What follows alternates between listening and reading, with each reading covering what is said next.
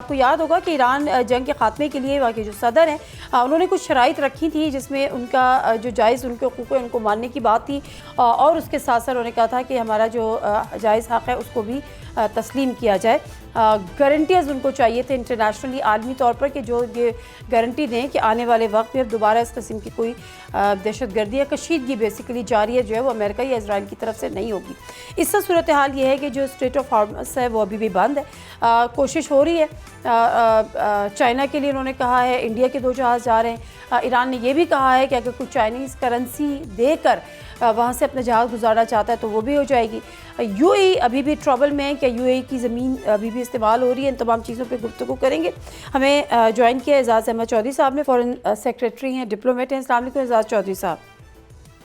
وعلیکم السلام۔ اعزاز چودھری صاحب، اف یو ڈونٹ مائنڈ، صرف ایک مختصر سے سی این این کی ایک اہم رپورٹ ہے، وہ میں اپنے ناظرین سے بھی شیئر کرتی چلوں، پھر اس پہ آپ سے بھی مجھے گفتگو کرنی ہے۔ سی این این کی رپورٹ میں انکشاف یہ ہوا ہے کہ ایران پہ حملہ کرنے کے فیصلے کے نتائج توقعات کے برعکس سامنے اور اس کے اثرات پیچیدہ صورتحال اختیار کر گئے۔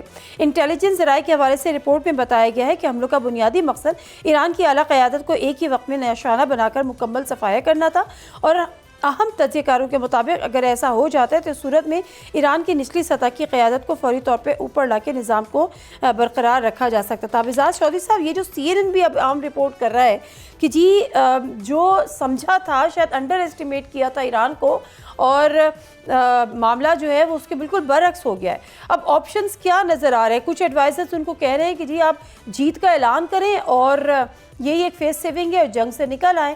کیا ایسی کوئی چیزیں انڈر کنسیڈریشن ہو سکتی ہیں ٹرمپ ایڈمنسٹریشن کی؟ نہیں، لگتا نہیں ہے کہ ڈونلڈ ٹرمپ صاحب جو دیوار پہ لکھا نوشتہ دیوار پڑھ رہے ہیں، وہ ابھی بھی سوچ رہے ہیں کہ ہم تو میرینز بھیجیں گے اور وہاں پہ قبضہ کریں گے۔ وہ تو میرے خیال میں ڈویبل نہیں ہے۔ یہ سی این این کی رپورٹ درست ہے، اور وہی بات کہہ رہی ہے جو سارے ہم لوگ کہہ رہے ہیں، بڑی دیر سے کہہ رہے ہیں، کہ انہوں نے انڈر ایسٹیمیٹ کیا ہے ایران کی حکومت کی ریزیلینس کو۔ انہوں نے مس کیلکولیٹ کیا کہ اگر جو اسٹریٹ آف ہارمز بند ہو تو ہمارا کیا پلان ہوگا۔ میں نہیں سمجھتا انہوں نے کچھ زیادہ صحیح پلاننگ کی ہے۔ یہ طاقت کے نشے سے سرشار تھے کہ وینیزویلا کو ہم نے 4 دن میں یہ کر لیا، اوور پار کر لیا، تو ایران بھی ہو جائے گا، کیونکہ یہاں پہ بھی اپوزیشن جو ہے سڑکوں پہ نکلی ہوئی ہے۔ وہ میرے خیال میں ایران کی کے معاشرے کو صحیح طریقے سے پڑھ نہیں سکے، اور یہ درست مشورہ ہے کہ ابھی بھی اپنے نقصان کم کریں اور نکل جائیں یہاں سے، کیونکہ یہ اگر نہیں نکلتے ہیں تو ان کے لیے مشکلات بہت زیادہ بڑھ سکتی ہیں امریکہ کے لیے، میں یہ سمجھتا ہوں۔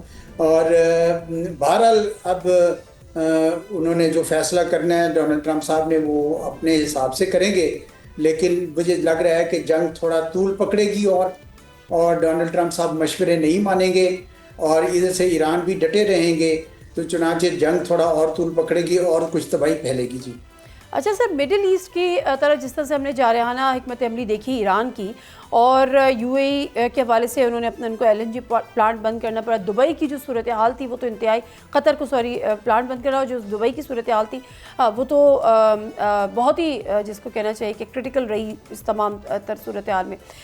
کیا ابھی بھی جو حال ہی میں جو خرق جزیرے پر حملہ ہوا ہے، کچھ لوگوں کا کہنا ہے، یا ایران کا شاید یہ ماننا ہے کہ ابھی بھی مڈل ایسٹ سے کچھ خلیجی ممالک یا قطر سے ان کی ایئر بیسز یوز ہو رہی ہے امریکہ کی، اور وہاں سے اٹیکس ہو رہے ہیں، کیا یہ بات درست ہے؟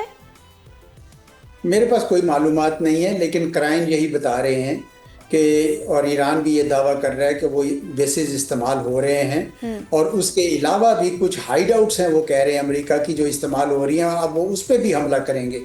تو اب ہمارے پاس تو یہ معلومات ظاہر باتیں نہیں ہیں، لیکن ایرانی کم از کم یہ دعویٰ کر رہے ہیں، اور خلیجی ریاستیں یقیناً ایک بہت بڑی مشکل میں پھنس گئی ہیں، کیونکہ وہ اس جنگ میں کودنا نہیں چاہتے ہیں۔ اگر وہ اس جنگ میں کودتے ہیں تو ان کے پاس تو اس طرح کی فوج نہیں ہے، اور وہ بالکل جسے کہتے ہیں مسمار ہو جائیں گے۔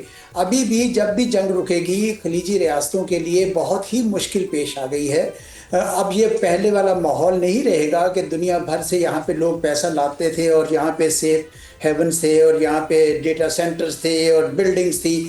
وہ اب شاید کافی دیر لگ جائے گی اس اعتماد کو بحال کرنے کے لیے، اور اگر یہ جنگ بے نتیجہ رہتی ہے، یعنی ایران بھی